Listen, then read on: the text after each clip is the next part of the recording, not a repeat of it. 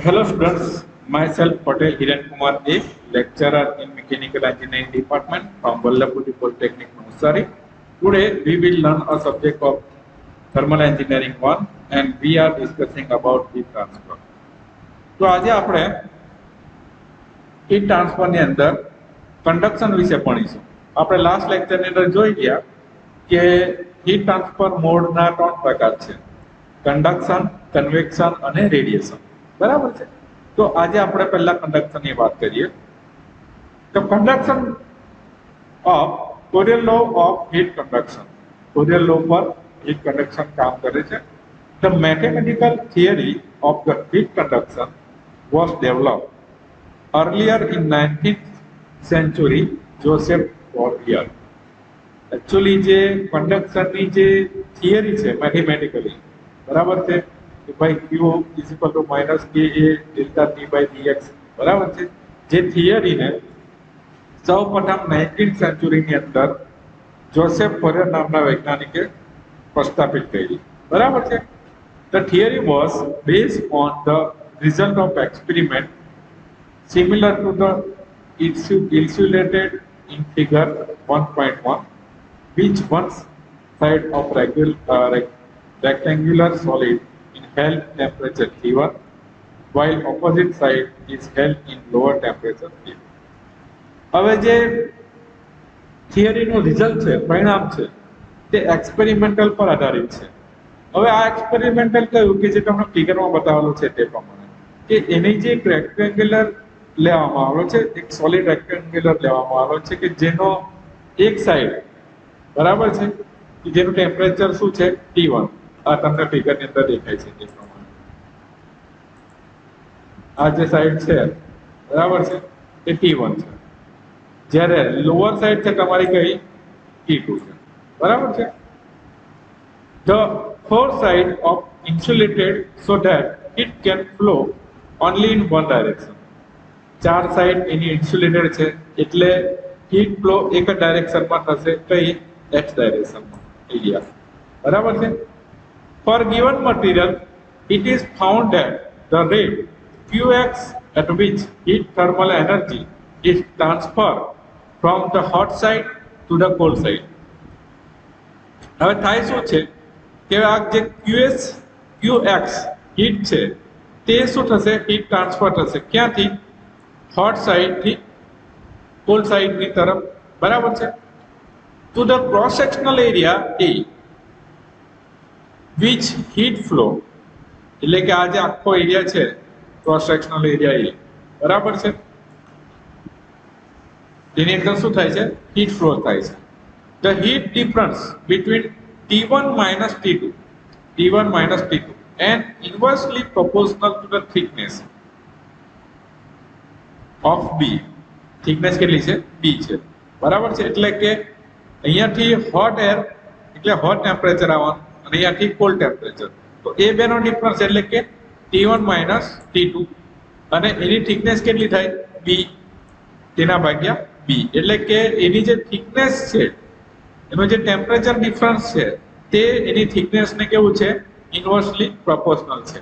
તો શું થાય, qx inversely proportional to the T1 minus T2 divided by B.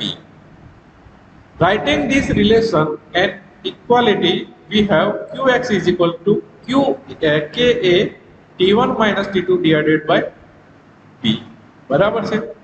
આપણે લખો એટલો આ રીતના લખી શકીએ. Now here some thermal conductivity is given. તો સૌપ્રથમ થર્મલ કન્ડક્ટિવિટીની વાત કરીએ તો થર્મલ કન્ડક્ટિવિટી કે જેનો યુનિટ થાય છે watt per meter kelvin is measure of material ability to conduct the heat. Thermal conductivity કોને કહેવાય, મટીરિયલની હીટને કંડક્ટ કરવાની, જે કંડક્ટ કરવા કરીને મેઝર કરવાની જે વસ્તુ છે અથવા તો મેઝર કરવામાં આવે છે એ શું થાય, થર્મલ કન્ડક્ટિવિટી થાય. તો આપણે અહીંયા લખેલું જ છે the measure of materials ability to conduct the heat, એટલે કે મટીરિયલની, બરાબર છે, જે હીટ કંડક્ટ કરવાની જે એબિલિટી છે એને મેઝર કરવાને શું કહેવામાં આવે, thermal conductivity. The thermal conductivity is defined as the rate of the heat transfer through the unit thickness of the material per unit area per unit temperature difference. Any definition. So thermal conductivity change with temperature and is determined through the experiment. બરાબર છે. Thermal conductivity શું temperature જેમ જેમ બદલાય તેમ change થઈ શકે અને એને એક્સપેરિમેન્ટર પર ના આધારે શું તમે એને શોધી શકો. The thermal conductivity of certain material show a dramatic change at temperature near absolute zero when this solid becomes superconductor. An isentropic material is a material that has uniform property in all directions. Insulator are materials used preliminary to provide resistance to heat flow. They have low thermal conductivity. Okay, તો આ થઈ ગઈ thermal conductivity. અહીંયા તમને metal, gas, building material અને બીજા અધર મટીરિયલની thermal conductivity આપેલી છે. તમે જોઈ શકો છો પેરેગ્રાફની અંદર. આ વસ્તુ ઇમ્પોર્ટન્ટ છે. ઘણી વખત એક્ઝામની અંદર પૂછાય છે કે ભાઈ આ મટીરિયલની થર્મલ કન્ડક્ટિવિટી કઈ છે. ફોર એક્ઝામ્પલ કે સિલ્વરની થર્મલ કન્ડક્ટિવિટી કેટલી, તો કે ભાઈ 428 વોટ પર મીટર કેલ્વિન. બરાબર છે. એ જ રીતના તમને પૂછવામાં આવે કે ભાઈ રોક વૂલની થર્મલ કન્ડક્ટિવિટી કેટલી, તો કહેવામાં આવે કે 0.043. ત્યાર પછી કદાચ પૂછવામાં આવે કે ભાઈ ગ્રેફાઇટની થર્મલ કન્ડક્ટિવિટી કેટલી, તો કે ભાઈ 168.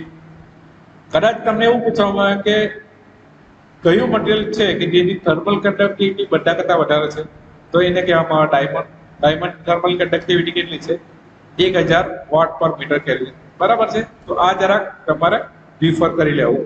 બરાબર છે. હવે હીટ કન્ડક્શનની વાત કરીએ ફરીથી. હીટ કન્ડક્શનની અંદર થર્મલ કન્ડક્ટિવિટીને એટલા માટે યાદ કરી કારણ કે થર્મલ કન્ડક્ટિવિટી તમે સમજેલા તો હીટ કન્ડક્શન તમે ઇઝીલી જાણી શકો. તો heat conduction in cylinder and spherical steady state heat transfer through the pipe is in the normal direction to the wall surface. હવે આપણે હીટ કન્ડક્શન છે તે સિલિન્ડ્રિકલ અથવા તો સ્ફેરિકલ શેપની અંદર પણ તમે જોઈ શકો છો. તેની એક આ થિયરી છે તે આપણે જોઈએ છે.